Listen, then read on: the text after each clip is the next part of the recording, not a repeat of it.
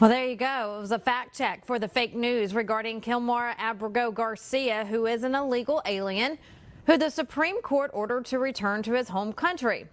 But the fake news just doesn't get it. They asked inside the Oval Office. You just heard the response. The president answered, Pam Bondi answered, Marco Rubio answered, Stephen Miller answered, and the fake news still didn't get it.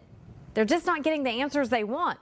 So they ask again, this time outside the White House. And once again, Stephen Miller tells them yet again they're being deported. Watch. Anyone here tell me, what would happen to the illegal alien from El Salvador if he came back to the United States? Does anyone here know? Does anyone want to guess? Any of you? What? Does any of you know the answer to the question? Legally, what would happen if he came back here? Does any of you know? Any of you? You've been writing. I'm talking now. You need to stop. I'm talking now. Does any of you?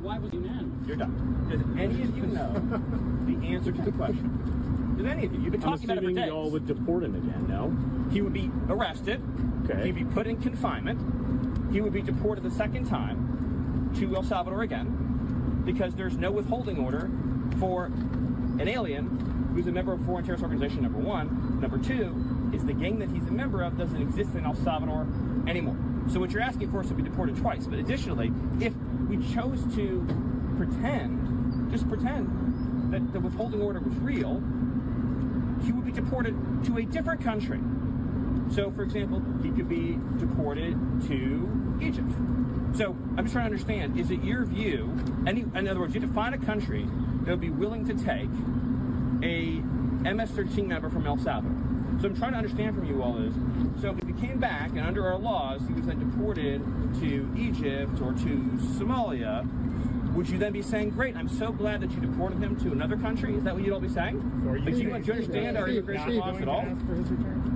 But the premise of your question, gentlemen, so yes or no? The return, guys, do you know the difference between a deportation order and a withholding order? Do you know the difference?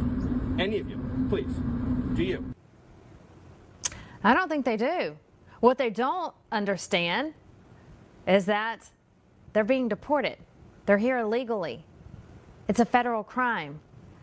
Well, now, we hope you understand that the fake news is not on your side. They are not serving your best interests. They can't stand the fact that illegals are getting deported.